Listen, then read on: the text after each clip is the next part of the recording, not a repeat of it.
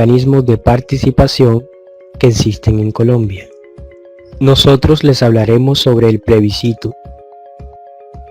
Integrantes: Deiner Carmona, Luis Carlos Gil, Diego Armando Prada, María Fernanda Chacón y Andrea Polo. La Constitución de 1991 incorporó en su artículo 103 al plebiscito, el referendo y la consulta popular como mecanismos de participación del pueblo en ejercicio de su soberanía. Las reglas sobre el plebiscito se establecen en el artículo 7 de la Ley 134 de 1994 y lo definen como el pronunciamiento del pueblo convocado por el presidente de la República para apoyar o rechazar una determinada decisión del gobierno. Características del plebiscito. El plebiscito no tiene consecuencias jurídicas de cambio normativo, sino de naturaleza política. En ningún caso puede tratar del periodo presidencial, ni de modificaciones a la Constitución, ni a las leyes aprobatorias de tratados internacionales, de presupuesto o referentes a materias fiscales o tributarias. Solo puede ser convocado por el presidente de la República con la firma de todos los ministros, por lo cual deberá informar previamente al Congreso de la República. No está sujeto a control previo por la Corte Constitucional, pues este solo se realiza luego de la convocatoria y votación y solo por vicios de procedimientos en su convocatoria y realización. No puede coincidir con alguna otra elección. El pueblo debe pronunciarse por el sí o por el no. El resultado es obligatorio, siempre que cumpla las reglas para ser aprobado. Debe participar el 50% del censo electoral vigente y obtener la mayor votación.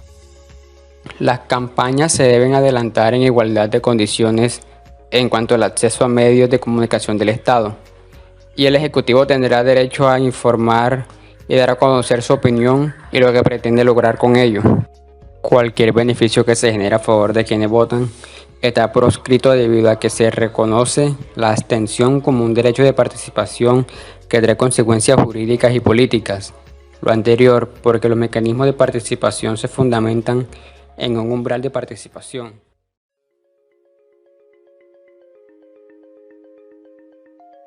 Plebiscito, ejemplo de aplicación. El elegido fue el plebiscito por la paz realizado en Colombia en el año 2016. El objetivo de esta consulta era que la ciudadanía expresara su aprobación o rechazo a los acuerdos que se firmaron entre el gobierno y la guerrilla de las FARC en La Habana.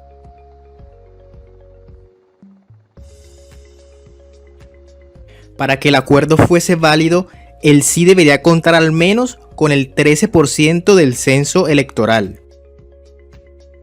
es decir, unos 4.396.626 votos, y superar en número de votos al no. El resultado fue una victoria del no. La guerrilla de las FARC, a través de su comandante en jefe, alias Timochenko, se expresó en contra del resultado de voto popular, en contra de los acuerdos firmados entre la guerrilla y el gobierno. Lo consideró una victoria política de guerreristas. Ejército del Pueblo, FAREP, lamentan profundamente que el poder destructivo de los que siembran odio y rencor haya influido en la opinión de la población colombiana. Pero también afirmó que no afectaba en nada la aplicación de lo acordado y expresó que lo firmado por él y el presidente se encuentra vigente al ser suscrito con anterioridad del plebiscito y depositado como un acuerdo especial en el marco de los convenios de Ginebra. Semejanzas y diferencias entre el plebiscito y el referendo. Para nombrar las diferencias entre plebiscito y referendo, primero les explicaremos qué es un referendo. El referendo es la convocatoria que se hace al pueblo para que apruebe o rechace un proyecto de norma jurídica o derogue o no una norma vigente. Teniendo en cuenta ya lo que es un plebiscito y un referendo, empezaremos con las semejanzas entre ambos. Número 1. Ambos son mecanismos de participación democrática de la ciudadanía concebidos en el ordenamiento jurídico colombiano. Número 2. Son la esencia de la sociedad democrática, pues los electores se expresan directamente sobre asuntos de importancia para la sociedad y el Estado. Número 3. Tanto el referendo como el plebiscito tendrán derecho a espacios institucionales en cada canal de televisión nacional. Número 4. Buscan consultar al pueblo soberano sobre un asunto en cuestión de interés nacional. Diferencias. Número 1. Los referendos pueden tener iniciativa de autoridad pública o ciudadana. En cambio, el plebiscito solo puede ser convocado por el presidente de la República. Número 2. El referendo será aprobado si la opción del sí obtiene la mitad más uno de los votantes, siempre y cuando en la votación participe al menos la cuarta parte de los ciudadanos que componen el censo electoral. Por otro lado, el pueblo se decidirá en plebiscito por la mayoría del censo electoral.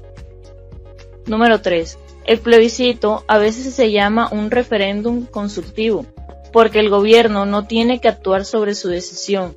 Por el contrario, la votación en referendos es obligatoria. Los referendos son vinculantes para el gobierno.